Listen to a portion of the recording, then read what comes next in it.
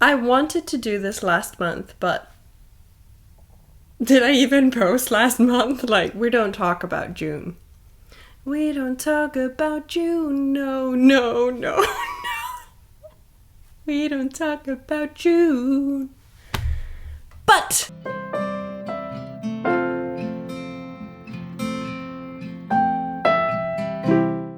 hello and welcome to my channel, The Danish Readaholic. My name is Silka and today we're doing the mid-year freak out book tag.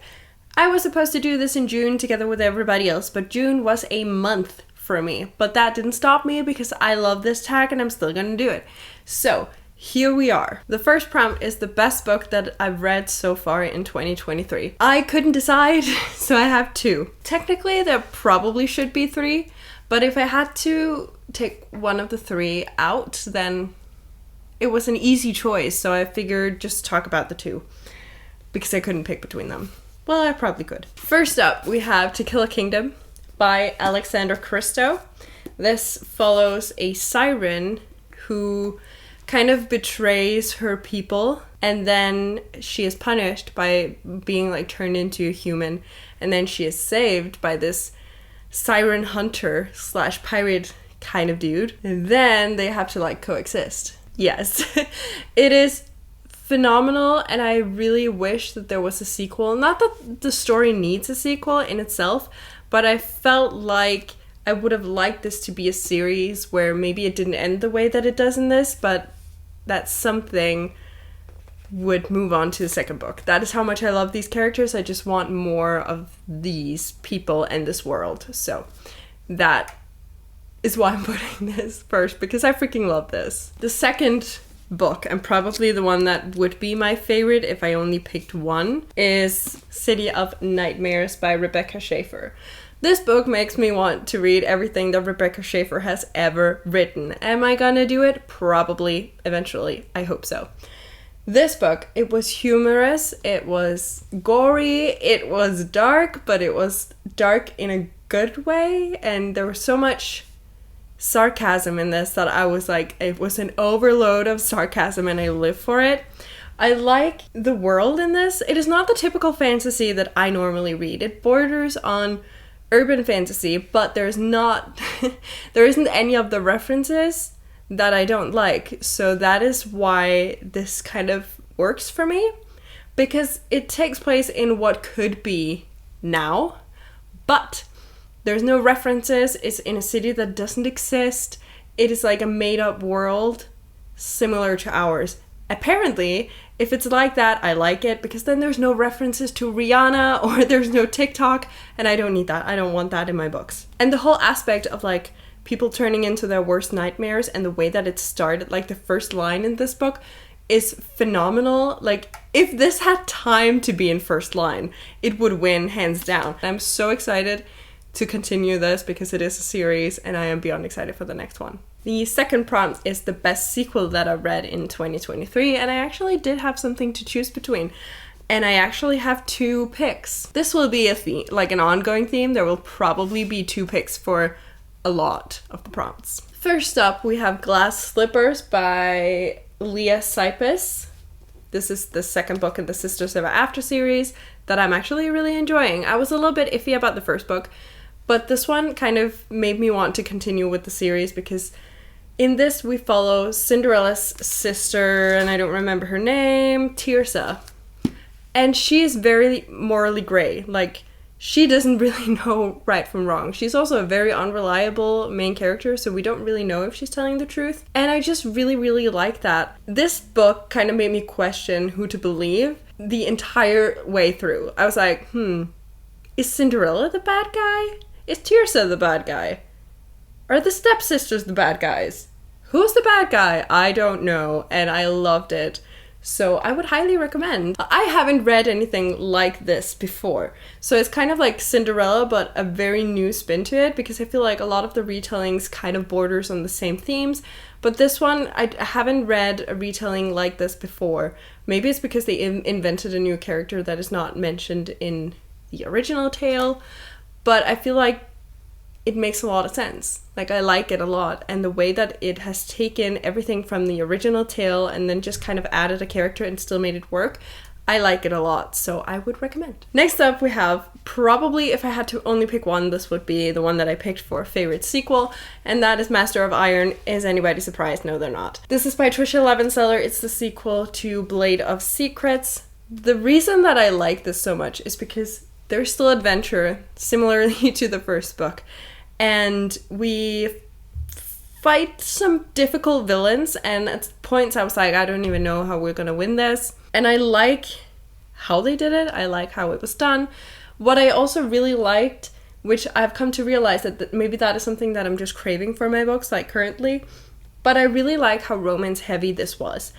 If you felt like there was too much romance in Blade of Secrets, don't even bother reading the second one, because there is way more romance in this and I freaking loved it. I am here for it.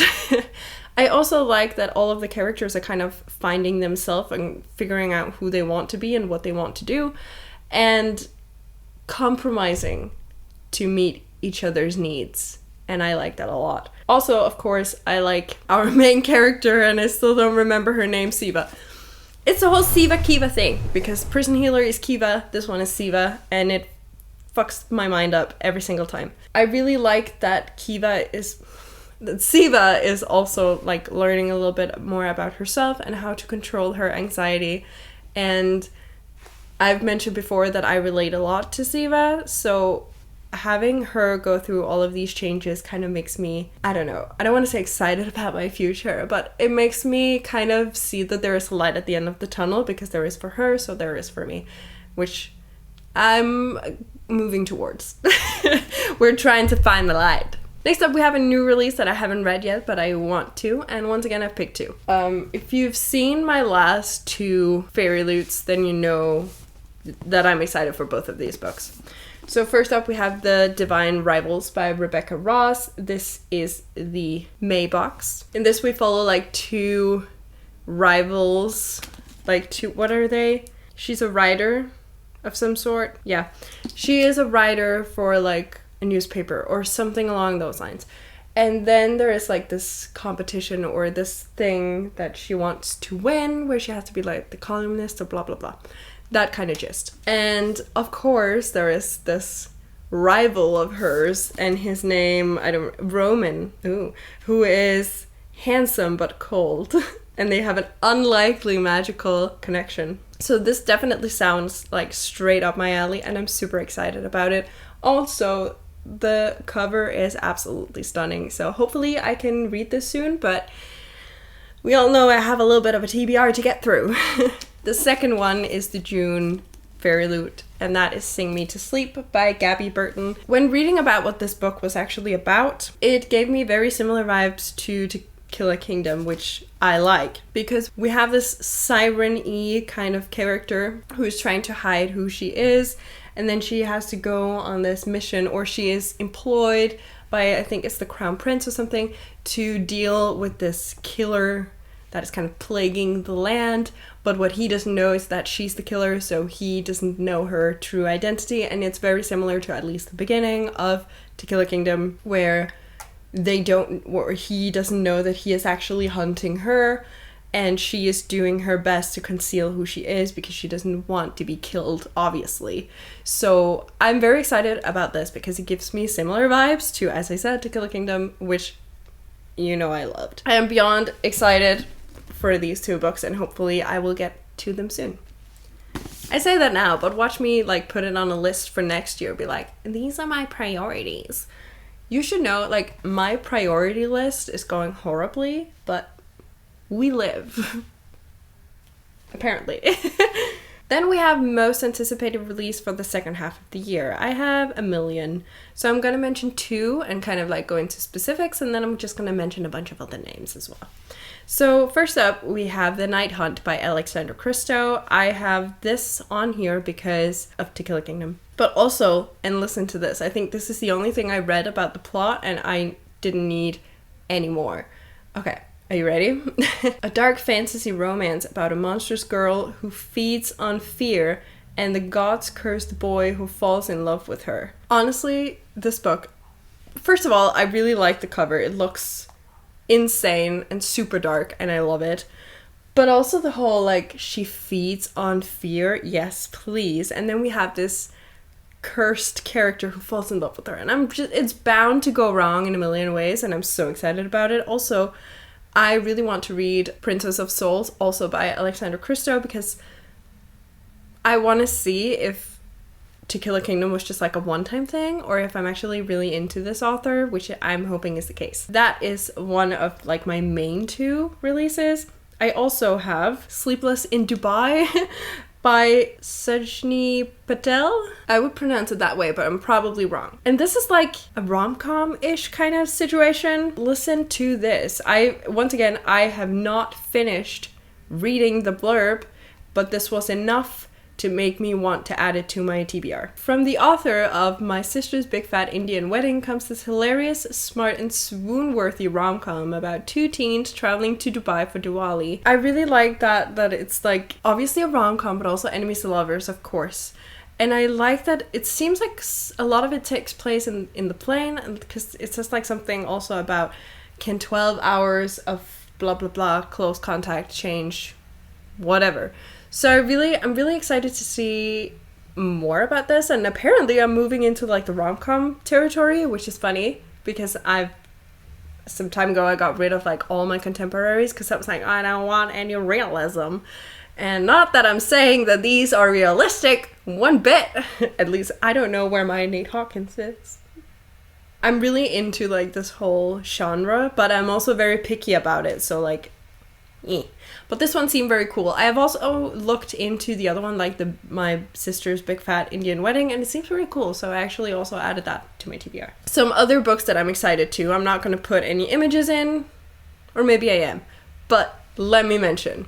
We have A Study in Drowning by Ava Reid. We have The Forest Grimm by Catherine Purdy. A Library of Shadows by Rachel Moore. Monstrous by Jessica Lewis. Sinner's Isle by Angela Montoya. Wrath Becomes Her by Aidan Polydoros. And Thin Air by Kelly M. Parker. And that is like the ones that stood out to me. Next up we have Biggest Disappointment. And for this one I actually only have one, so that's a good thing. And that is The Raven Heir by Stephanie Burgess. I felt like the premise of this was super cool. Like, it's something about like a lost heir and then these 3 kids that have these magical powers. And I was super hyped for it. I was super excited. And then I got into it and I felt like the pacing was all off.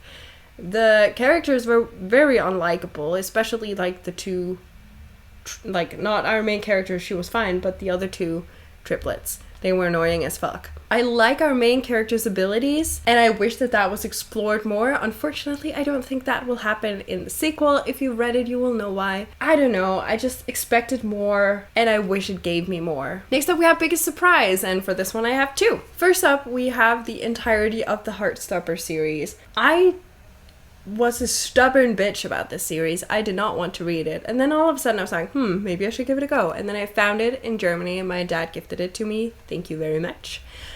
Or my parents gifted it to me. Thank you very much. And I read the entire thing in like one sitting.